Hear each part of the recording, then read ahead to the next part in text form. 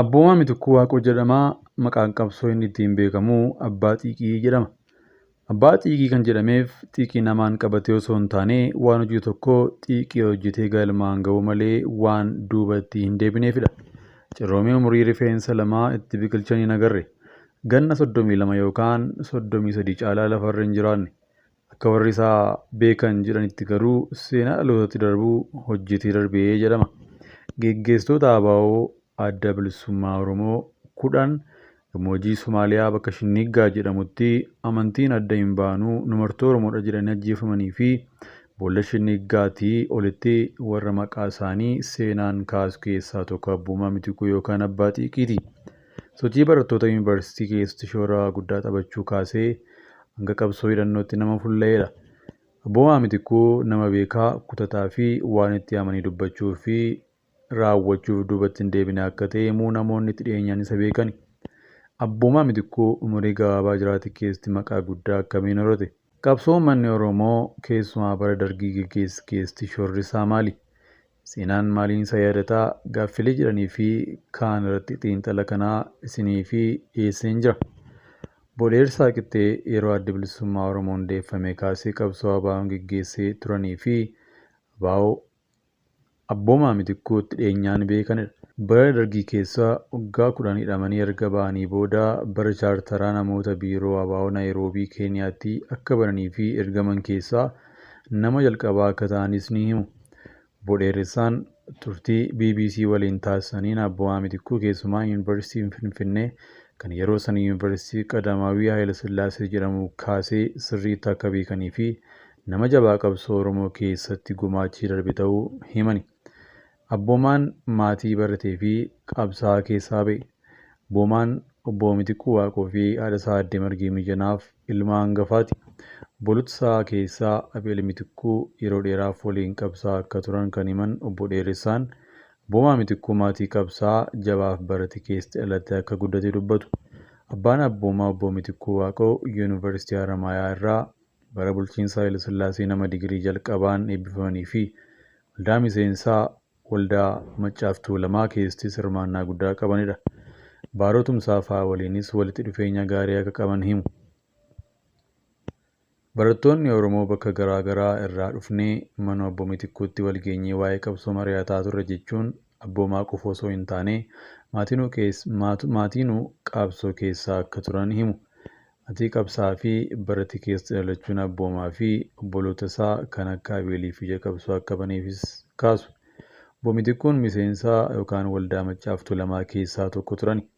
Maatii sabboonaa fi qabsaa keessatti dhalatan gurbaan Abboomaa jedhu.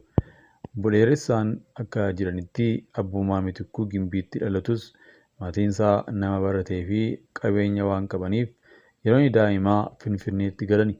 Kanarraa kan ka'e Finfinneetti yeroo sana manneen barnootaa bebbeekamoo kanneen akka Ameerikaan Koomunitii Skuul fa'aatti barate. Mana barumsaa kanatti ijoollee lammiilee biyya alaa fi namoota qabeenya qabanitu barataa ture. Dhumarratti hanga yuunivarsiitii galutti kutaa 9 hanga 12tti mana barumsaa Iliitii warri qaroon itti baratan Tafarii Makoninitti barate. Jechuun Abboomaas ta'ee maatii isaa wajjin sirriitti akka wal beekan dubbatu obbo Dheeressaan. Barumsaan waggaa 2 Abboomaa akka dursan kan himan obbo Dheeressaan osoo inni yuunivarsiitii hin galin daa'imummaa kaasee akka beekanii fi nama yaada tarkaanfataa fi walitti qabuu gurmeessuu jaallatu akka ta'es himu. Maatiin Abboomaa Mitikkuu Finfinneedhaa mana jireenyaa fi jireenya fooyyee kan qaban ta'uu isaaniin manneen barnootaa bebbeekamootti barachuuf carraa argachuu isaarraa kan ka'e Abboomaan barumsa isaatti cimaa fi dandeettii afaan Ingiliffaallee sirriitti qaba ture. Kanarraa kan ka'e namoonni Abboomaa wajjin falmanii amansiisuun akka itti ulfaatu himu obbo Dheeressaan. Yuunivarsiitii Mallas Zeenaawii caalaa Abboomaa Mitikkuutu beekamaa ture. Abboomaa Mitikkuu osoo warraaqsii barattootaa hin eegaliin duraa bara 1973tti Yuunivarsiitii Finfinnee seene. Osoo inni waggaa 2ffaa barumsa Ikoonomiksii barataa jiru warraaqsi barattootaa bara 1974tti dho'e. Yeroo sanaa namoota inni wajjin ture keessaa tokko qondaalli duraanii TPLF waraana kaaba Itoophiyaa irratti du'ee abbaa Isaayyee wajjin Ikoonomiksii baratan. Muummee ministeera duraanii Itoophiyaa kan ture Mallas Zeenaawwii caalaa Abboomaa fi Baay'isaayyee beekamoo akka turan himu. Obbo Dheeressaan yeroo sana barreessaa olaanaa gamtaa barattootaa ta'uun dorgommii cimaa qaba ture. Barattootni Oromoo fi kan Tigraay irraa dhufan aangoo gaggeessummaa barattootaa of harka galfachuuf dorgommii falmii cimaan akka turetu himama. Abboomaan nama Finfinneetti guddate ta'uu isaatiin barattoota saboota garaa garaa irraa dhufan biratti baay'ee jaallatamaa ture. Laggasaa yookaan Mallas Zeenaawwii beekamaa hin turre. Inumaayyuu Abbaa Isaayyeetu irra beekamaa ture. Mallas Siyyee yookaan Abbaa Isaayyee fi Abboomaan fa'aa baay'ee tokko turan. Abboomaa wajjin kan dorgommii seenee Mallas osoo hin taane nama biraati. Ijoollee Finfinnee waan ta'eef warra Amaaraa, Oromoo fi kan biraatti baay'ee jaallatamaa ture. Dandeettii cimaa qaba. Yeroo barbaades konkolaataadhaan deemaa garuu of hin tuulu. Xiyyeeffannoon isaa qabsoo Oromoo jajjabeessuu fi ijoollee Oromoo jajjabeessuu irratti ture. Jechuun Abboomaan sagalee guddaadhaan barreessaa olaanaa gamtaa barattootaa ta'ee akka filatame kaasu gameessi siyaasaa Obbo Dheeressaa Qiixxee. Abboomaa Mitikkuu barreessaa olaanaa gamtaa barattoota yuunivarsiitii ta'ee osoo jiruu bara 1974tti warraaqsi Dargii aangootti fidee da'uun deemsa qabsoo isaa gara sadarkaa biraatti akka ce'u taasise. Yeroon kun yeroo itti ABO'n dhoksaan wixinee hundeeffama dhaabaa itti qopheessu fa'aa eegale. Baruma sana namoonni akka Baaroo Tumsaa, Leencoo Lataa, Diimaa Naga'oo fi Abbiyyuu Galataa fa'aa nama 6 ta'anii wixinee ABO qopheessaa akka turan himu Obbo Dheeressaan. Bifuma wal fakkaatuun yeroon warraaqsitti eegalu kun yeroo barattoonni Oromoo kutaalee garaa garaa irraa hedduminaan yuunivarsiitii akka seenan ta'ee ragaaleen ni himu. Bara 1973 yookaan 74 yeroo Baaroo Tumsaa fa'aa wixinee ABO hundeessuu qopheessan Abboomaan dargaggeessa ta'us matiinsaa qabsaa waan ta'aniif odeeffannoo sirriitti argataa ture jechuun warraaqsi bara 1974 dho'e. Dargaggoota Oromoo yuunivarsiitii jiranii fi kanneen ABO hundeessan namoonni akka Baaroo Tumsaa, Magarsaa Barriifaa barattoota irraa yuunivarsiitii wajjin wal quunnamuun sochii qabsoof finiinaa ture. Dargiin aangoo akkuma qabateen barattoonni sadarkaa lammaffaa hanga yuunivarsiitii jiran baadiyyaatti duuluun hojii dadammaqiinsaa uummataa akka hojjetaniif zamachaa yookaan duula eegale. Zamachaa kanaan barattoonni yuunivarsiitii kutaa Itoophiyaa garaa garaatti ramadaman duula uummata barsiisuu fi dammaqsuu eegalaniin Abboomaa Mitikkuu karaa kaaba Itoophiyaa naannoo Amaaraatti duule. Galasaa Dilboofaa gara Nageellee Booranaatti duulani. Abboomaa Mitikkuu karaa Gondariin Daabat bakka jedhamutti duule. Isa wajjin kan garasitti duulee Daawud Ibsaati.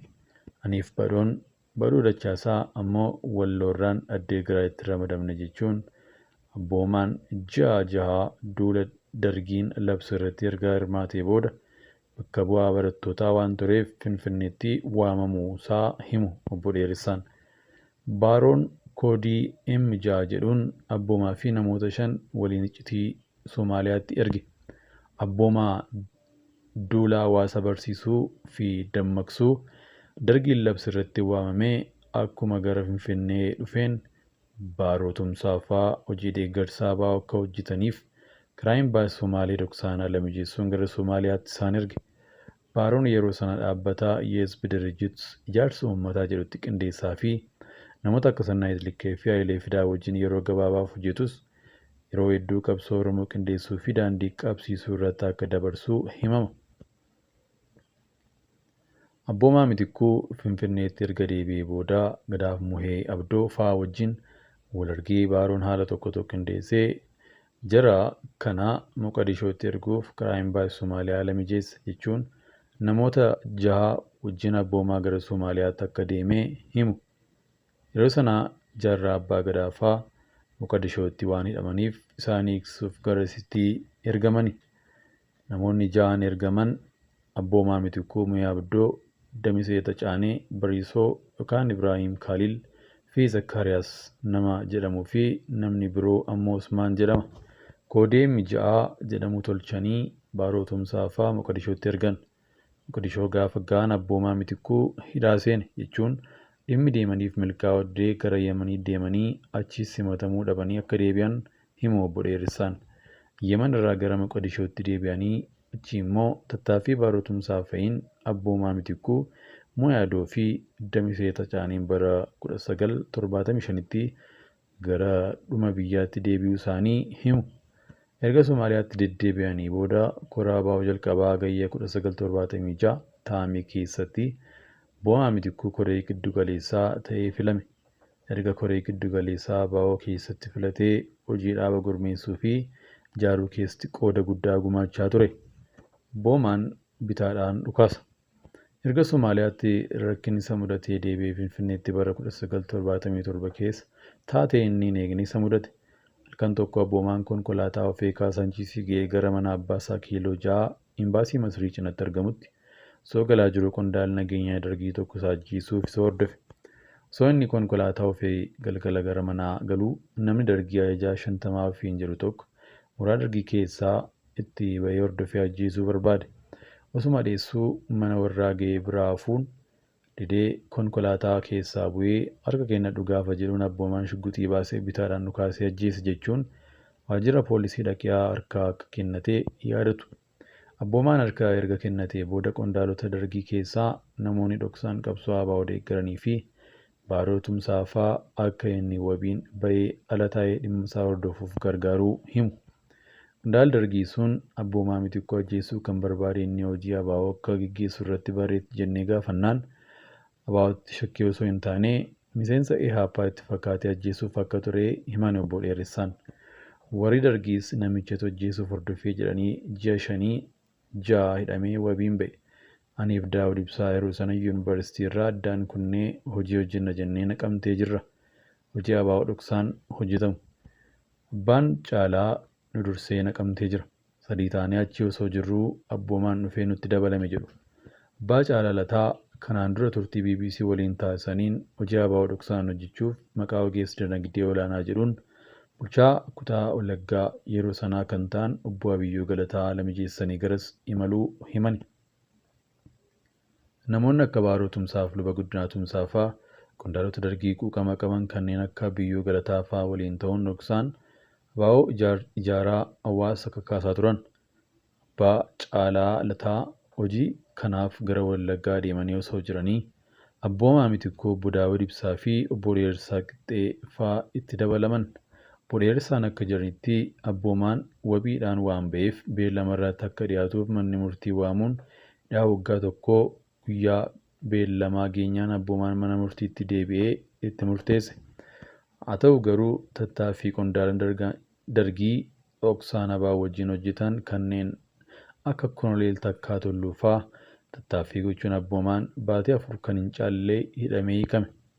Yeroo Abboomaan hidhaa ba'u namoonni akka Magarsaa Barii, Baaroo Tumsaa fa'aa qabsoo hidhannoof bosona seenanii jiru. Waan ta'eef Abboomaanis mana hidhaatii bara 1977 gara dhumaa ba'ee guyyaa 20 caalaa mana akka hin turre himu obbo Dheeressaan. Ergasii dirree hidhannoo ABO'n baha Oromiyaatti eegalee imaluunis hojii jajjabaa akka hojjetee kaasu. Yeroo sana dafee ba'ee karaa bahaan waraanatti makame jechuun osoo inni dirree bahaatti hojii jajjabaa hojjetu Baaroo Tumsaa ajjeefame. Hoggansa ABO keessaa nama jabaa tokko Baaroo Tumsaa du'uun ABO'tti rakkoo uume. Du'a Baaroo Tumsaan wal qabatee waggoota dheeraaf odeeffannoon ifa ta'ee hin turre.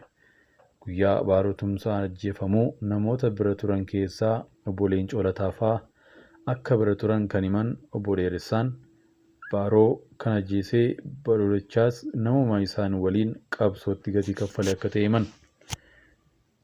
Odeeffannoon Baaroo Tumsaa kan ajjeefamee Badoodachaasiin jedhu addatti maatiirraa yookaan dhaabarraa ifatti kan mirkanaa'e miti.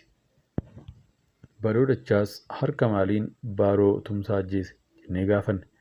Baaroo kan ajjeesee hiriyaa kiyyaa Badoodachaasi. Gurbaan mataa dhukkubsatee ture.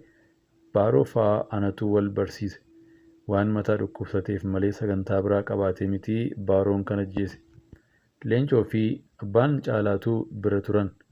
Leencoon akka tasaatti bahee jechuun Baaroon du'uunsaa waraana ijaaruu irratti rakkoo uume akka ture himan obbo Dheeressaan. Boodarra namoonni akka Abboomaa Mitikkuu fi Magarsaa Barii fa'aa waraana deebisanii ijaaran. Yeroon qondaalonni ABO du'a Baaroo Tumsaa irratti bayyaannatanii waraana ijaaruu eegalan Somaaliyaan duraan ABO ofirraa dhiibaa turte simachuun ABO'dhaaf waajjira bante. Gama biroon ammoo ABO'n yeroo sanaa Suudaan Kaartuumitti biiroo banatee ture. Warri Kaartuum jiran Leencoo Diimaa Xaabdii fa'aa Moqodishootti dhaqanii hooggansi ABO Moqodishoo akka dhaqu yeroo ergaa itti ergan kiraa Ogaadeen keessaa otoo ba'anii Shinnigaa bakka jedhamutti Boomaa dabalatee namni 10 bakka tokkotti dhuman jechuun seenaa qondaalonni ABO shiftoota Soomaaliyaatiin ajjeefaman yaadatu. Abboomaa Mitikkuu yookaan Abbaa Xiiqii marsaa jalqabaa dhoksaan baarotumsaa namoota 6 koodii Citeem 6 jedhuun Soomaaliyaatti erga keessa ture. Marsaa lammataa ammoo kiraa Ogaadeen miilaan qaxxaamuruuf qondaalota ABO kanneen akka Magarsaa Barii, Bariisoo Waabee, Gadaa Gammadaa, Higgazuu Bantii, Umar yookaan Falmataa, Faafaan Dooyyoo, Irranaa Qacalee, Marrii Galaan Dhaadachoo Booruu fa'aa wajjin gammoojjii Soomaaliyaa keessa tafe. Du'a baarotumsaa taanee ABO irraan miidhama guddaa kan ga'e hooggantoonni isaa 10 bakka tokkotti dhumuu isaaniiti. Dhaabichi dhumatti hooggansa isaarraa kan ka'e caba isa mudate irraa dandamachuuf yeroo dheeraa akka itti fudhate qondaalonni dhaabichaa yeroo garaagaraatti yoo dubbatan ni dhaga'ama. Boomaan Gadaa Gammadaa wajjin keessumaa erga Soomaaliyaa jalqaba hidhamanii ba'anii booda biyyatti deebi'anii hanga bakka tokkotti dhumanitti xiiqii guddaan dhaaba ABO ijaaruu irratti humna guutuun hojjetaa turuu isaanii ni himama. Boomaa Mitikkuu akka maqaan qabsoosaa Abbaa Xiiqii jedhamee nama xiiqiin guutame hojjetaa turee fi dandeettii cimaa qabu akka ta'e himu obbo Dheeressaa Qixxee.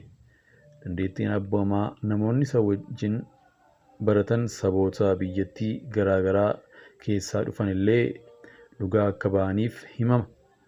Fakkeenyaaf ministeerri muummee duraanii Itoophiyaa dandeettii abboomaa Mitikkuu nama dinqisiifatu ture jedhama. Mallas inumattuu bakka abboomaa Mitikkuu jirutti hin dubbatu ture. Abboomaan nama Laggasaa yookaan Mallas Zeenaawii fa'aa jalatti haasa'uu hin dandeenyedha.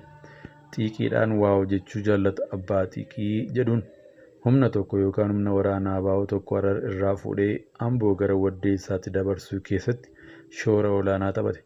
Jechuun umurii gabaabaa jiraate keessatti waan seenaan ittiin isa yaadatu hojjechuusaa fi osoo lubbuun jiraatee nama Mallas Zeenaawii fa'aa caalaa beekumsaa fi dandeettii biyya gaggeessuu qabu akka ture kaasu. Gaggeessitoonni ABO Shinnigaatti dhumanii fi eebilli 15 guyyaa guututaa jedhamuun yaadataman keessaa tokko kan ta'e Abboomaa Mitikkuu yookaan Abbaa Xiiqii